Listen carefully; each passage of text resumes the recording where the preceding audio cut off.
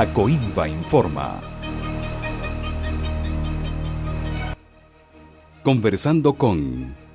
Estamos de vuelta a Acoinva Informa, hoy con un invitado muy especial, amigo de la casa, nuestro presidente Francisco Martínez, presidente de Fedecámaras, que está por aquí por Valera haciéndonos la respectiva visita a nivel gremial. Bienvenido, Francisco, a tu casa, Acoinva. Muchas gracias, Nelson. Más bien soy yo el agradecido por todas esas atenciones que lo abruman a uno cada vez que uno tiene la grata oportunidad de venir a visitarlos aquí en Valera. Muchas gracias.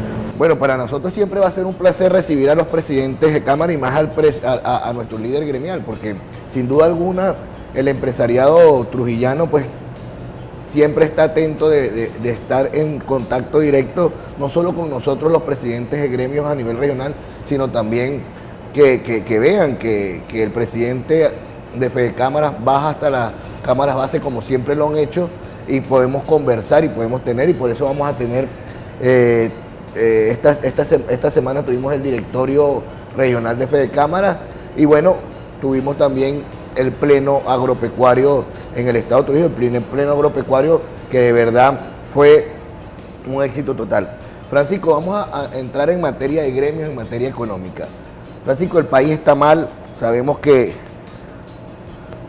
el gobierno habla de diálogo, pero yo siempre personalmente digo que para que exista un diálogo, la contraparte tiene que reconocerse.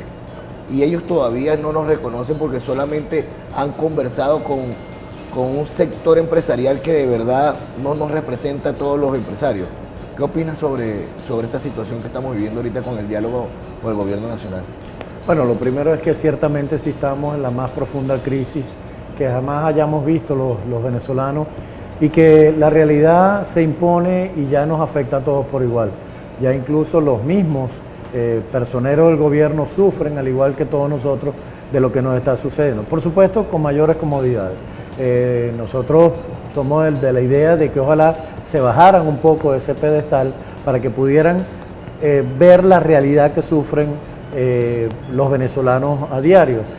Anoche, yo lo comentaba esta mañana en un programa de radio, cuando uno pasa por diferentes locales de expendio de comida de la ciudad de Valera, realmente es impresionante y a uno como venezolano le da dolor ver al pueblo venezolano durmiendo en las aceras para poder obtener un número para ver que al día siguiente consigue los productos de primera necesidad, si es que lo consigue, si es que consigue el número y después de que consigue el número ver qué es lo que consigue.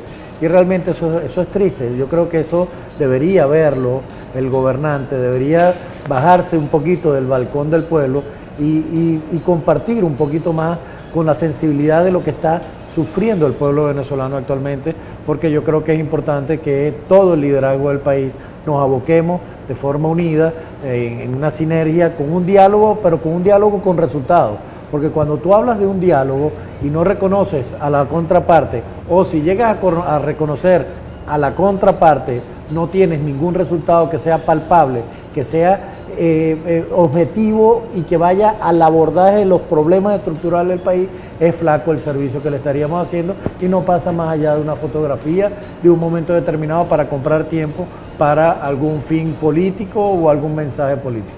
Bueno, eso siempre es lo que hemos visto, que el gobierno trata de comprar tiempo con estas mesas de diálogo y bueno, coloca unos interlocutores como son los expresidentes de España, el presidente Leonel, que vienen a tratar de mediar con la oposición, pero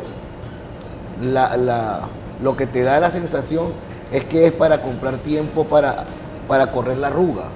Y eso para nosotros, los empresarios... Pero la pregunta es correr la arruga ¿para qué? Para un proyecto político, para un fin político. ¿Y dónde quedan las necesidades del pueblo, Nelson? Esa es la gran pregunta que nosotros nos hacemos. Los tiempos políticos y los tiempos económicos, por lo general, nunca van juntos de la mano. Ojalá, lo ideal sería que fueran juntos de la mano. Pero el tema donde está es que hoy por hoy las prioridades y las emergencias económicas y no va acorde a la conflictividad política y a todos esos objetivos políticos que no tienen nada que ver con la realidad de lo que están sufriendo hoy por hoy los venezolanos. Claro, y el empresariado cada día está peor porque no tenemos producción, que que es el meollo del asunto, es que la producción nacional fue desasistida por este gobierno nacional. ¿Cómo está el empresariado ahorita? En este momento, ¿cuáles son los índices de escasez? ¿Cuáles son los índices de abastecimiento? ¿Cuál es la capacidad instalada de las empresas ahorita en el país?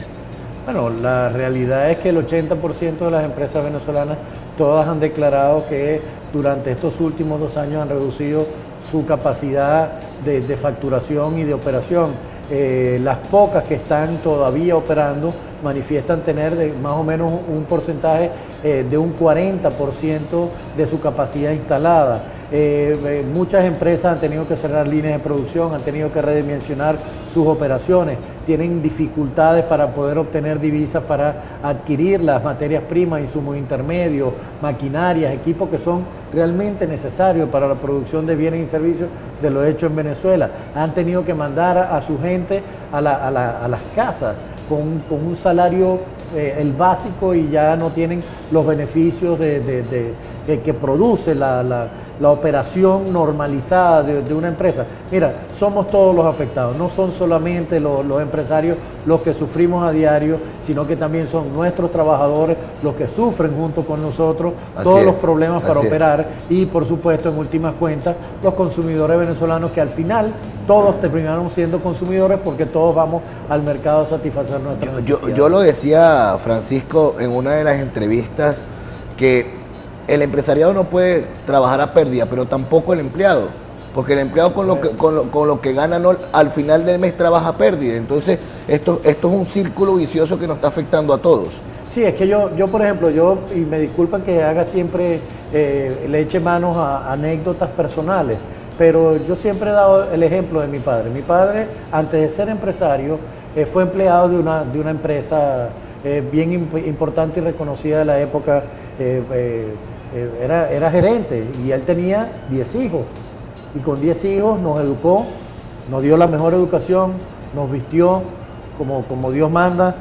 En fin, o sea, había un salario dignificado, producto del esfuerzo y la constancia y la dedicación que él le daba, y que por supuesto eso se le retribuía en beneficios a la familia, porque había un salario digno, habían condiciones de trabajo decentes, había seguridad, nosotros podíamos estar, había permeabilidad en el país. Todo eso lo hemos perdido, no solamente en estos 15 años, tenemos que ser también justos, porque eso se ha venido perdiendo aproximadamente desde los años, desde el 79 aproximadamente, 79-80, que Venezuela empezó a tener niveles de crecimiento del Producto Interno Bruto, no lo tuvo de forma sostenida como lo traía desde hacía más de 2 décadas hasta el año 79, y que progresivamente hemos ido perdiendo la calidad de vida a todos los venezolanos. Pero eso fue hace menos de 30 años para acá.